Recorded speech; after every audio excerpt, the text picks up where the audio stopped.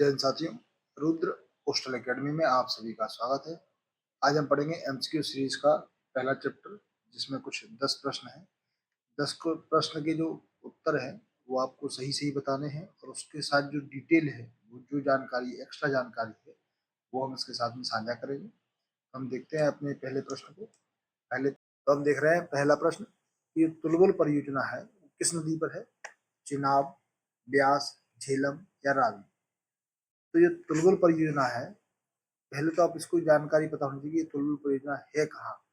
तो तुलबुल परियोजना है, ये जम्मू एंड कश्मीर में है। जम्मू कश्मीर का जो हिस्सा वहां पे है। किस नदी पे है? तो झेलम नदी पर है।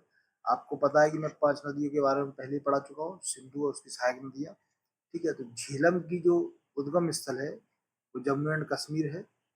जम्मू एंड कश्मीर से इसका उद्गम होता है, और ये चिनाब नदी में जाकर के मर्ज हो जाती है। ठीक है, तो तुलबुल परियोजना किस नदी पर है?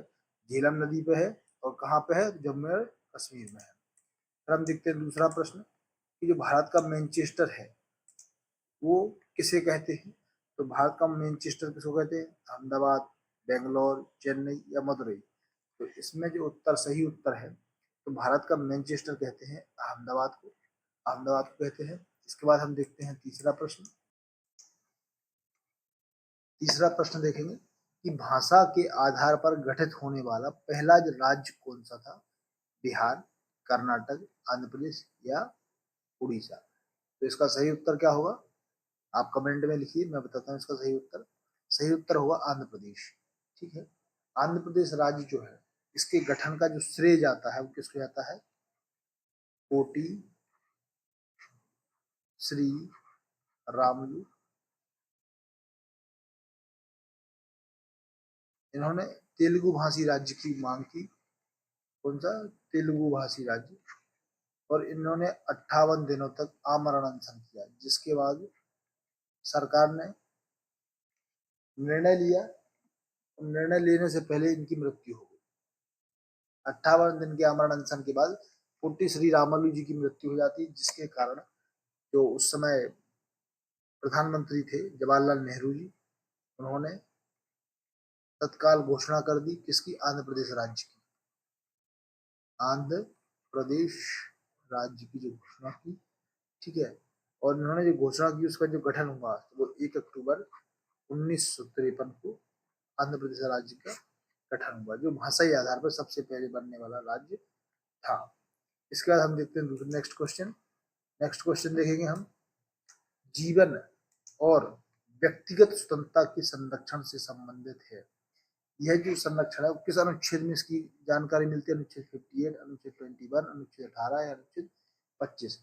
ये जो अनुच्छेद है, जो जानकारी ये है, प्राण एवं दैहिक स्वतंत्रता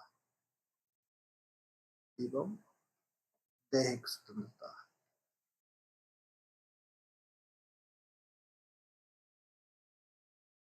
जीवन जीने के अधिकार से संबंधित अनुच्छेद है। तो इसका जो सही उत्तर है वो है अनुच्छेद 21।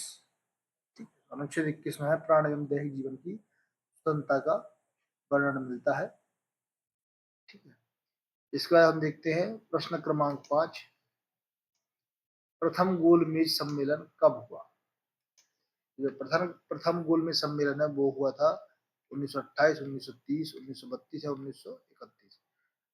इसका जो सही उत्तर है वो है 1930। जो गोलमेज सम्मेलन हुए हैं, ये पूरे टोटल कितने सम्मेलन हुए हैं गोलमेज के? गोलमेज टोटल 3 सम्मेलन हुए हैं। कितने? 3 सम्मेलन हुए हैं। पहला 1930, 1931 और 1932। एकमात्र व्यक्ति जो तीनों सम्मेलन में सम्मिलित हुआ है वो हुए हैं, कौन है? डॉक्टर भीमराव अंबेडकर। अंबेडकर। कई बार यह प्रश्न पूछ लिया जाता है कि वह कौन सा गोलमेज सम्मेलन है जिसमें महात्मा गांधी जी द्वारा भाग लिया गया था? तो वो है 1931 द्वितीय गोलमेज सम्मेलन। कौन सा? द्वितीय गोलमेज सम्मेलन। ठीक है, इसके बाद हम देखते हैं अगला प्रश्न। अगला प्रश्न है अगस्त प्रस्ताव जो अगस्त प्रस्ताव है अगस्त प्रस्ताव को ब्रिटिश सरकार द्वारा पेश किया गया था। कब पेश किया गया था? 8 अगस्त 1940, 13 जुलाई 1939, 23 अप्रैल 1919, 17 अगस्त 1945। तो इसका सही उत्तर है 8 अगस्त 1940 को अगस्त प्रस्ताव ब्रिटिश सरकार के द्वारा पेश किया गया था। बहुत महत्वपूर्ण प्रश्न है, याद रखिएगा। इनमें से एक ना एक प्रश्न शायद सीधे उठ के आपके पेपर में आ जाएगा। नेक्स्ट क्वेश्चन देखते हैं। साम्राज्यवाद का नाश हो, ये जो नारा है, यह नारा किसने दिया था? सरदार पटेल ने, मोतीलाल नेहरू के द्वारा, भगत सिंह के द्वारा, या लाला लाजपत राय जी के द्वारा? तो साम्राज्यवाद का नाश हो, यह जो नारा है, यह नारा दिया था भगत सिंह जी के द्वारा, जिनको शहीद आजम कहा जाता है। शहीद आजम। एक और उपाधि है जो दी गई थी कायदे आजम की, कायदे आजम। और ये उपाधि किसको दी गई थी? तो ये दी गई थी पाकिस्तान के राष्ट्रपिता मोहम्मद अली जिन्ना को, अली जिन्ना को। ये थोड़ी थोड़ी सिमिलर है, इस वजह से आपको याद करवा दी कि शहीद आजम और कायदे आजम, ठीक है। और सरदार पटेल को सरदार की उपाधि किसने दी थी? तो अभी अपन पढ़ चुके हैं पिछले लेक्चर में, बारदौली की महिलाओं के द्वारा दी गई थी, ठीक है। इसके बाद हम देखते हैं कि लाला लाजपत राय है। लाला लाजपत राय ने क्या कहा था कि इनके जो मृत्यु, मतलब इनके सर पे जो लगी हुई एक एक घाव है, वो ब्रिटिश साम्राज्य के ताबूत की आखिरी कील साबित हुई। ब्रिटिश साम्राज्य का जो ताबूत है उसके आखिरी कील साबित हुई, ये कहा था इन्होंने, ठीक है। इसके बाद हम देखते हैं अगला प्रश्न। भारतीय खेल प्राधिकरण SAI की जो स्थापना है वो कब हुई थी?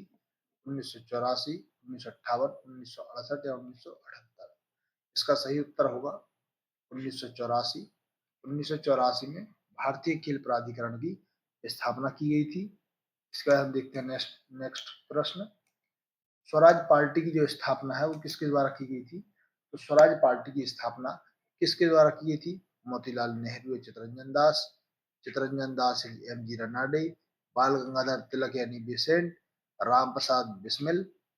एक चीज और स्वराज पार्टी से, स्वराज हमारा जन्म सिद्ध अधिकार है। स्वराज हमारा जन्म सिद्ध अधिकार है।